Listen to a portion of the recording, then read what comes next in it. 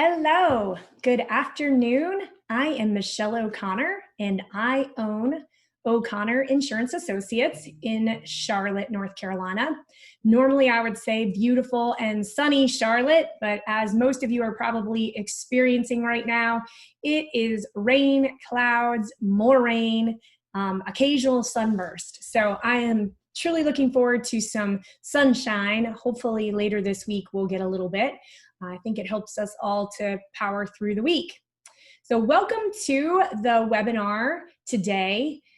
This webinar, we are concluding our COVID series, and I'm excited to dive into this one. It's about time to move forward with a few things, and I think this is perfect timing to do that. So thank you for joining me today. I'm very excited that you're here, and I'm looking forward to this one. So I introduced myself, but let me give you just a little bit of background for anyone who doesn't know me, who's on the webinar. I own O'Connor Insurance with my husband. He and I have owned the agency for 20 years. We celebrated 20 years in January of this year of being in business. Started the agency scratch out of a spare bedroom in our house. We are now a team of 6. Lucky for us, we hired a new employee on February 24th.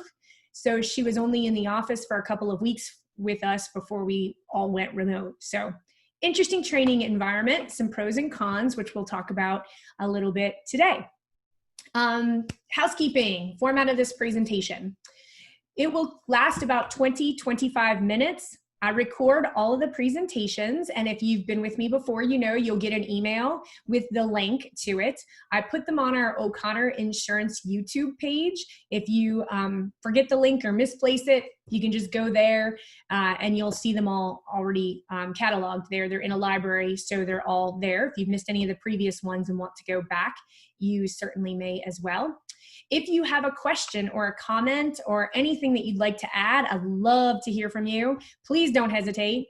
The chat box comes directly to me, so you don't have to worry about broadcasting it to everyone. I know that's always a fear, is that you're going to put a question in and next thing you know, up pops your name and some comment that you weren't wanting to share with the group. So don't worry about that. They only come to me.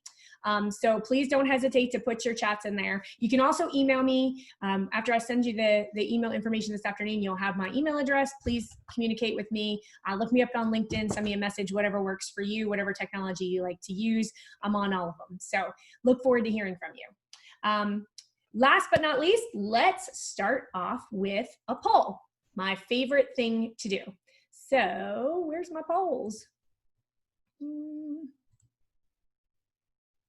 Apparently, I have lost my poll today, so I will get back to that one without taking too much time for our presentation, to interfere with our presentation today. So let's go ahead and get started on the presentation. I am going to go ahead and share my screen with you so that you can see what I have going on here. So these are some of the questions that we are going to explore today. Lots of things come to mind as we talk about how this crisis has changed our insurance agencies. What does that mean for us in the future? How will we change our operations? These are all things that we need to think about now. So it's been 2 months, and I think it's a good time to stop and reflect on what worked and what didn't. So here's the 5 questions we're going to explore today. How will you prepare now for a future crisis or a second wave of COVID? What technology changes do we need to make right now, again, to operate efficiently in a crisis? Is it possible to restore a team feel in a quasi-remote environment? What steps will you take to make sure your agency staff is able to effectively work from home? I know we've all been working from home, but working from home and doing it effectively are definitely 2 different things. And then most importantly, what are the lessons that you will take from this crisis? So for me, the way that I take lessons is how can I turn those lessons into a transition for our insurance agency so that we can be a rock solid operational machine. You'll hear me use that term quite a few times because to me, rock solid has a lot of implications that we can be turnkey, and in any emergency or crisis that arises, that we can continue to operate and serve our customers. So that's super important to me.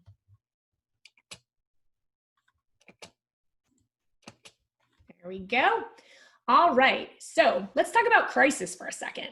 Crisis can mean a ton of things. Obviously, right now, COVID is the crisis that's hot on our minds and the one that has been weighing on our minds for the last 2 months.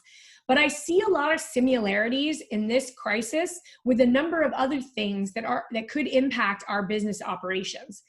For those of you that are on the coast, you're used to preparing for hurricanes. Those of us maybe on the western part of the state, maybe that's something that we've had on our to-do list for a while. But this is a good way that we can start to prepare so that in the face of any natural disaster, whether it's a hurricane, a tornado, or what even about a fire that burns our physical location, all of those horrible event triggers would trigger us to have to go into this crisis operational mode. So by preparing for a crisis, we're preparing to handle anything that is thrown our way. And I think that's something that we really need to stay focused on. Hopefully, we're not going to have another COVID wave. But if we do, we're prepared. If we have a fire, we're prepared. That way, we don't have to sit and go through all the list of what if crises. We're just ready to jump in and be prepared when something affects us.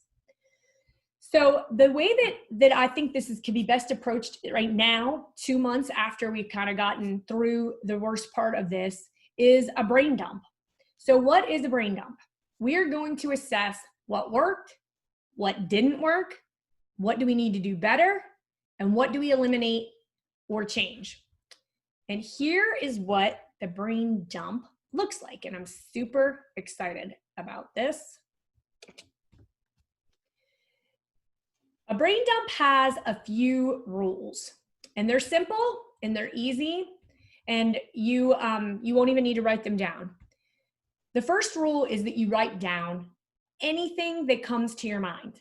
Don't take time to consider if it's a good idea, if it's a bad idea, if it's feasible, how much it costs, none of that. Take all of that out of your brain and only write down the things that come to mind. So in the first category here, what worked, in this box, all you need to write down is the things that worked. And in any crisis situation, there's always a silver lining and a few things that you think to yourself, phew, am I glad I had enough foresight to take care of blah, blah, blah before the crisis. So for me personally, one of those things was we have a ton of technology and we use it all and we have it all implemented. Not all of my staff had cameras. So very early in March, I made the executive decision to purchase cameras for the folks that didn't have them. And boy, was I glad I did, because there was a little bit of a minor shortage in the middle there where the webcams weren't as available. So easy example, but that certainly worked for us. The other rule is to, when you're done with your brain dump, so after you've completed each of these sections, this one's what worked, this one's what didn't work, this one up here's what do we need to do better, and then this one is what do we need to change or eliminate. And don't worry, I'll send you a copy of this document. It's actually a 3-page document so that you have plenty of room to write. You could manipulate it and write it on another piece of paper if you need more room than that. Once you get done with that, you need to put it aside and schedule time to come back and revisit it. That allows your brain to kind of have a break from thinking about it. And when you come back to it, you'll have a fresh set of eyes. So when you come back to it, we're going to go over that in a few minutes, what you want to do with these 2 pieces of paper. But when you come back to it, it's important to go ahead and schedule that now so that you do, in fact, come back to it. And this doesn't go on your proverbial list of to-dos that, is lurking out there. I also think this would be a great exercise to do with your team. There's 2 different ways that you could have your team participate in this brain dump with you. One way would be to simply send it to them and let them complete it with these couple of rules given to them. The other way would be to do it in a team meeting. By now, hopefully you have learned how to do an electronic team meeting via Zoom. If you haven't, reach out to me. We've been doing them all along, and I'm happy to share with you what we've learned along the way. We've incorporated whiteboards into our meeting. If you decide to do it in a team meeting, I would suggest that you send this in advance to everyone and ask them to give them a few minutes during the team meeting for each category before anyone else starts talking, so that they're not influenced by what other team members may say. So if I were to do this in our team meeting, I would start with what worked, and I would give them a couple of minutes to start writing and ask them to write everything that came to their mind about what worked. And as soon as you can kind of see everybody's wrapping up, which you would be able to do that on the Zoom meeting, then you can go ahead, pull out your whiteboard and ask everyone to give you some examples. At the end, you can also have your employees share these with you so that you get full feedback that's unfiltered, and you might get some really good suggestions from it. I'm sure that there's a lot of things that we see differently as a team member than what we see as an agency owner. So I'm excited to do this exercise with our team next week so that we can work on those things. So moving right along, let's talk about the next question. What technology changes do we need to make to operate more efficiently in a crisis? 2 months in, you've certainly had to figure out how to operate. But operating and doing it efficiently can be sometimes different, or often different things. Here's some of the things. Well, actually, before we even do that, this is another good time for you to just let your brain wander. If you took out a piece of paper and you wrote down what an ideal home office environment for your team members would look like, put everything on there. Would it have 2 monitors? Would the hardware be provided by you? How would they connect to your team? Write all of those things down. That allows you to do it freely without any kind of preconceived notion, or even, again, without the constraints of what actually is feasible and what's not. And then you can begin to build that environment. I have a few examples of things here that should be considered in what that environment looks like. For me, the most important consideration is the voice over IP phones. That was a very key ingredient in our remote environment and in our ability to very quickly transition to that remote environment. For us, we had hard phones, Yealink hard phones, that my employees simply just took with them. We also had a soft phone component. In the midst of this, we changed voice over IP carriers, and the soft phone component got even better. For those of you not familiar with that, that is a web-based application that allows us to plug a headset into our PC and then be able to use the phone that way. I've found that that is the most smooth portion of the transition if you can get your staff used to doing it that way. We do still have some headphone configurations that we're working on, some things that were back ordered, probably because of where they're being manufactured. They're back ordered through July, but we're waiting on a few pieces to make that even better. But in the meantime, all of my team members just pulled out their good old earbuds and plugged them in, made sure they had a microphone, and it worked just perfectly fine. That was a super key ingredient for us. Our particular voice over IP phone also allows you to be able to see on the computer screen who's on the phone, on a call, and who's available. It also has status updates. And so we're asking all of our team members to keep those accurate. So if they step away to use the restroom, whoever's answering the telephone knows that they're gone from their desk when they're speaking with a caller. Same thing about lunch, or if they're on a meeting, you can tell that information quickly and easily. So let's talk about hardware for your team. Again, by now you're already operating, but if we were to say, what is the ideal environment, what would that look like? Everybody's probably doing a little bit different, but does that mean that you purchase hardware that your staff is to use when they work remote, like laptops? That allows you to have security control on those laptops.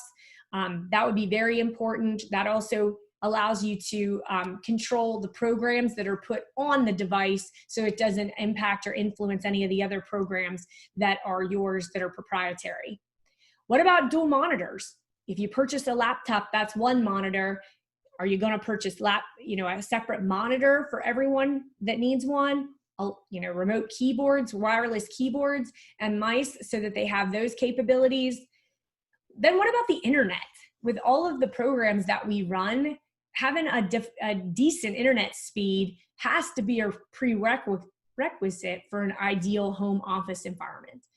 In this emergency, we weren't able to stop and think about those things. But again, moving forward, is that something you can encourage your staff to have so that they have the availability of working in a remote environment? And what is that minimum speed that you need to make sure that all your programs operate efficiently?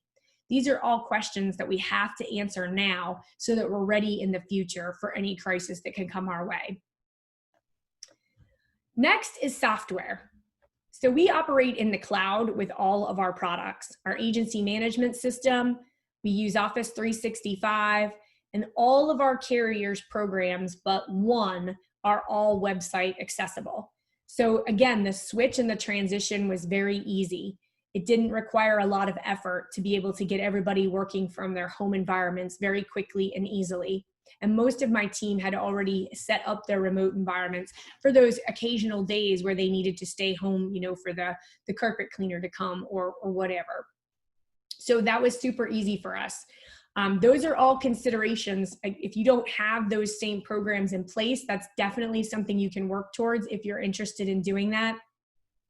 Office 365 gave us the ability to share file folders. We did that several years ago.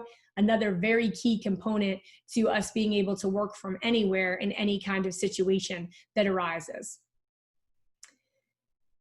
Then let's talk about all the other things that maybe we've forgotten before this crisis came to mind. How are we going to handle paperwork? We still have policies that are mailed to us, cancellation notices that we need to have from the office. Can you scan in a remote environment? What other things do you have to have a system down for to be able to handle in this remote environment? Thankfully, we were all deemed essential businesses, so it was not a problem for me to send one team member to the office to take care of mail. We front end scanned anyway, so all the documents were scanned for all the team members that need them, and we were back up in business in a relatively short amount of time when it came to all the paper. We set up a schedule system for someone to do policies in the agency so that any policies that we have to mail from our location, we were able to take care of that as well. But what kinds of processes and procedures for operating in a remote environment has this situation called to light that you need to make sure that you have? That you need to make sure are rock solid, right? That you can count on with no interference. The other important thing that came to mind a little while ago for me, and I'm going to talk about that in a moment, but is, do you have a remote policy for your employees outlined in your employee handbook? If you don't, this is another one of those great times to write down some notes about what worked and what didn't, and have your HR consultant put something together for you. When we started working in a remote environment, we put a little bit of formality around it with our team, and that I asked them all to sign off that they understood that we were working in a remote environment, and here were the remote environment, quote unquote, handbook rules. They signed that via DocuSign and gave it back to me. And I haven't lifted that yet for any of my employees so that they can go back and forth. I have a couple that have gone back to the office, but that way they can continue to go back and forth. But it's important that they understand what those things are and what your expectations are around that. Right now, I think we have to operate as agency owners with a great deal of flexibility, and that many of our teammates were not only thrust into a home work environment, but also maybe have school-age children that they're trying to assist with schoolwork. There was all kinds of technology challenges with the different schools. I'm intimately familiar. I have two with different age groups, and they both use different programs and software. There was lots of technology issues, and I'm tech savvy, and I can only imagine how a parent that wasn't tech savvy would be able to handle all that.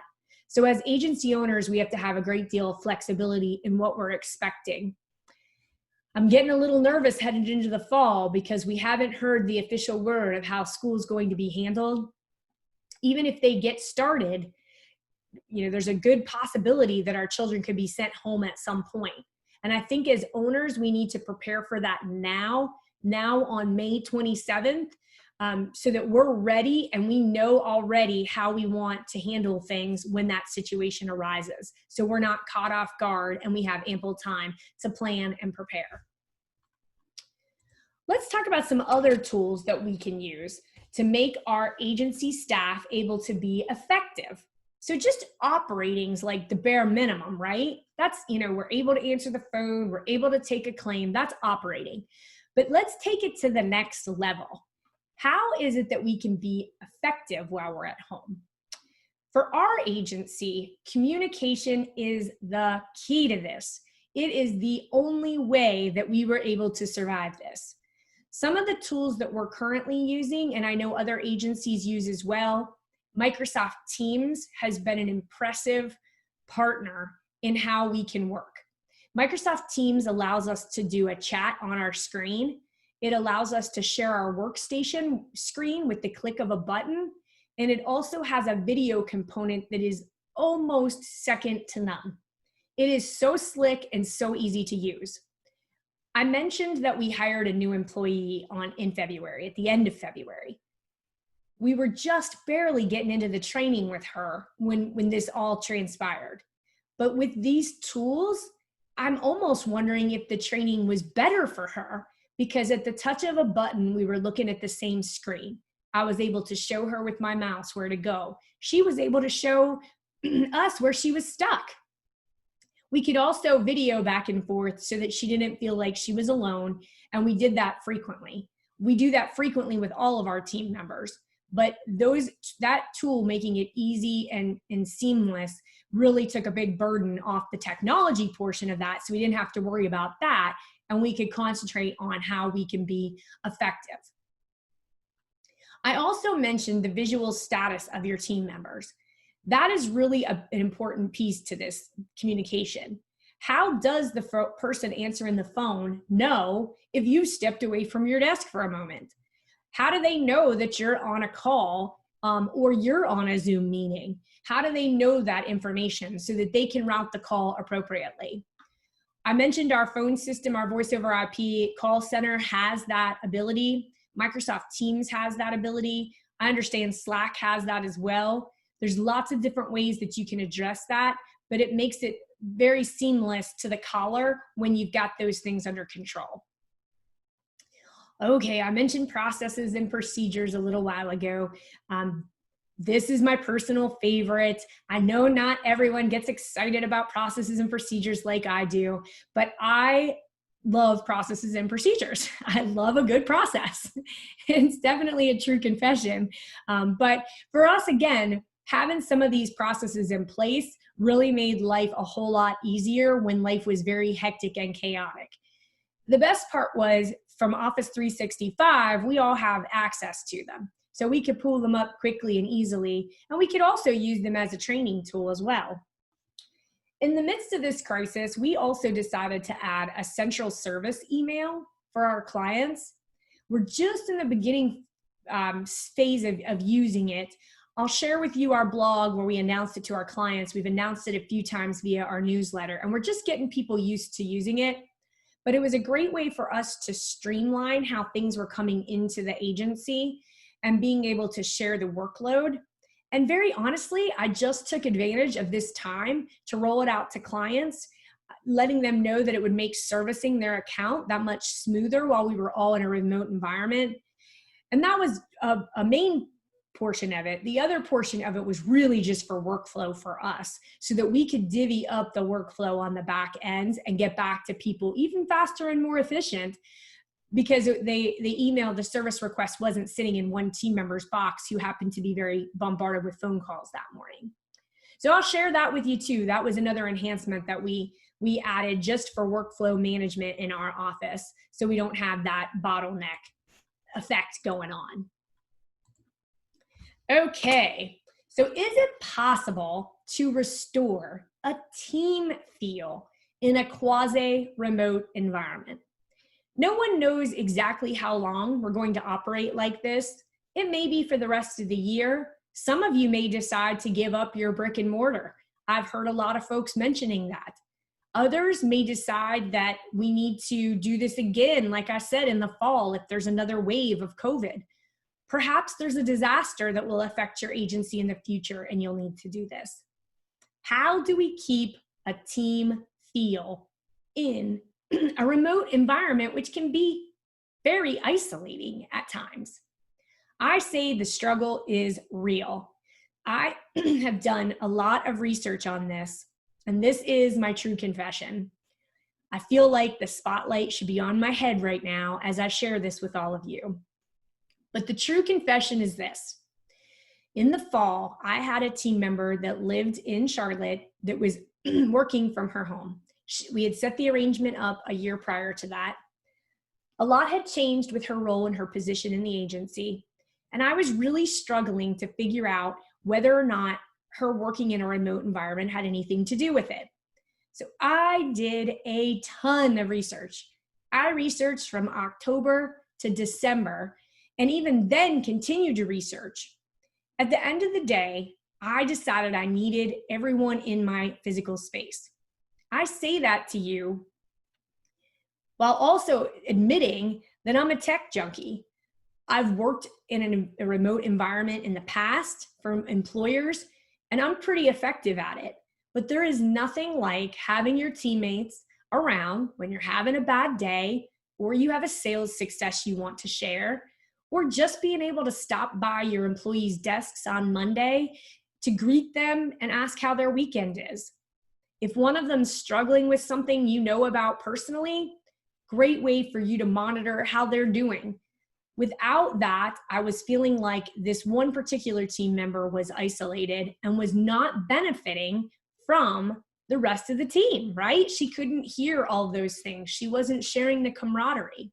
So at the end of December, I asked her to come back in, and she did that in mid-January. Now, fast forward, boom, March 13th hits. Now everybody's remote. And now here I am struggling to figure out how it is that we're going to get that team feel back together. I share that with you because I don't have all the answers. Here's some of the things that we have done in this environment to try to keep our folks together. And we are learning literally every day. So the one thing we did was initially we had a lot of team meetings in person. We did our Zoom meetings, not in person, but via Zoom so we could see each other. I did that once a week when we first got into this environment. We've switched over and we're having just our team meetings, which are once a month that way. And we actually added a happy hour, and we're going to add that back in. So we'll have every other week, we'll have a Zoom meeting where everyone's on the call. We can all see each other. The happy hour one will obviously be more social, and we'll have a chance to talk about things that have gone on in people's lives while this has been going on. The other thing that I do is every other week, I ask my team members to schedule a 30-minute appointment on my calendar. The appointments end up being partially social so that I can catch up, again, checking in on them. How are they doing? Is there anything else I can do to help them? And then the other part of it is checking in on their job. How is it going? What's working? What's not? And again, what do you need from me? Is there some technology you need? One of my employees at one point complained about his chair. I said, well, go to the office and get your chair. You love that chair. Go get it. That's not even a question. Have what you need at home so that you can be most comfortable. Looking forward, we also continued our sales meetings that way as well. And they're all done via video too, so that we can see each other and we can share our screens. Looking forward, I'm so sad to think that our conference room, which is not very big, it's only about a 12 by 10 room, but I mentioned there's only 6 of us, so we can fit in there. We have a giant screen in there so that we can all share information and see the presentation. We all participate in the presentation, and I just love the format. But I don't see us squeezing in a 12 by 10 room anytime in the near future, and that pains me. So I'm forced to get creative. Some of the creative suggestions I've heard recently, having a social distance lunch in the parking lot of the office. Right now, not much traffic in the office. Not many people are coming and going in our office complexes. So it's a perfect time to do that. Soon as we get a little sun, that's on my schedule. What other things, though, can we do to feel connected to our people? I mentioned training. Training is going to be a whole new ball of wax in this remote environment. If you have to bring somebody on, it's definitely going to require a lot of dedication to make sure that person feels at home, and most importantly, that they understand your environment. So what ways can you do that? Do you have a formal training plan? One of the ways that we're going to do that is by incorporating videos. You can do videos that record just your screen action. You can also do videos that incorporate both. And we're definitely going to have a video library for training moving forward to help us with that. I also mentioned the benefits of screen sharing and video conferencing. Those tools are going to be very, very important for you in the future if you need to bring somebody on. And also, I would highly encourage you to both share the responsibility and require scheduled times with team members so that the new team member can get to know them, as well as allow that training responsibility to be shared in your office.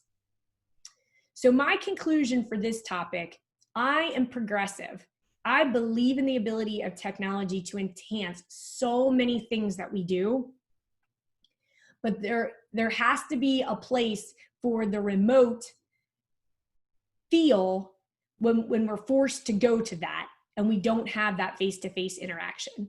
I'm sad to think it's going to be a little while before I get to go back to that environment with my team. And in the meantime, I don't want to lose that personal touch. So I'll continue to explore different ways and ideas to make my team feel that personal touch.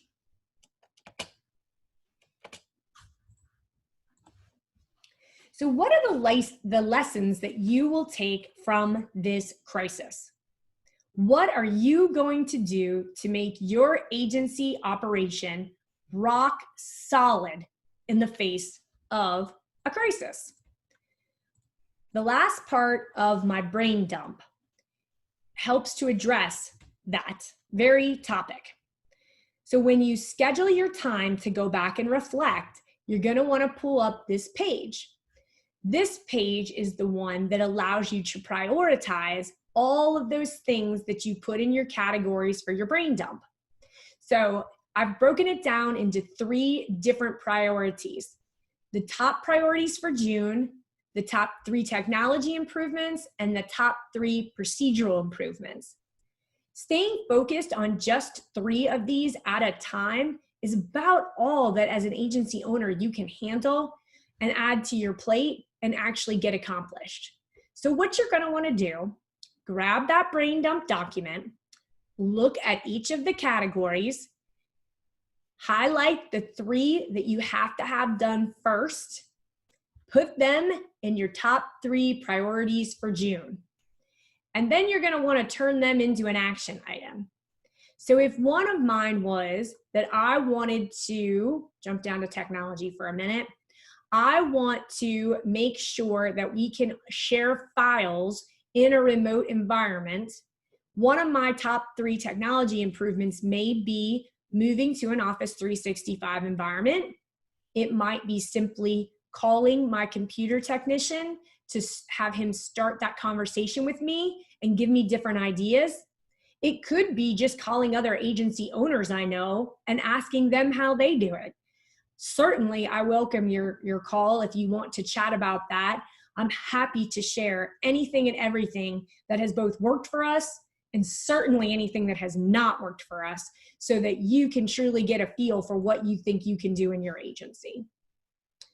This document here will allow you to start breaking down all of the things that went well and didn't go well and really preparing your agency for a future crisis, no matter what that crisis is. The unexpected is what we do in insurance. Planning for the worst case scenario is how we make our living. And making people whole after that is what it's all about. That's why we wake up every morning. This is the same application. We just have to do it with our businesses. How do we make sure that our businesses in the face of disaster can operationally operate rock solid? Thank you very much for joining me for today's presentation. I hope it was useful information that you can take back to your office and apply it this week and take the crisis and turn it into a positive operational strategy moving forward for your business. I have some exciting announcements about our June webinar series. So June 3rd, we are going to kick off a new 4-week series. The topic will all be about thinking about selling your agency. I have a little bit of experience in the past with purchasing an agency, and I've counseled and consulted with a number of friends as they've gone through the transition process as well. What really got me thinking about this, though, was the constant barrage of emails and mail that we are getting from brokers who are outside our independent agency system looking to purchase our agencies. And I would like to provide some education for anyone who's thinking about exiting the business for whatever reason. Maybe retirement, maybe right now a catamaran in the Bahamas sounds nice.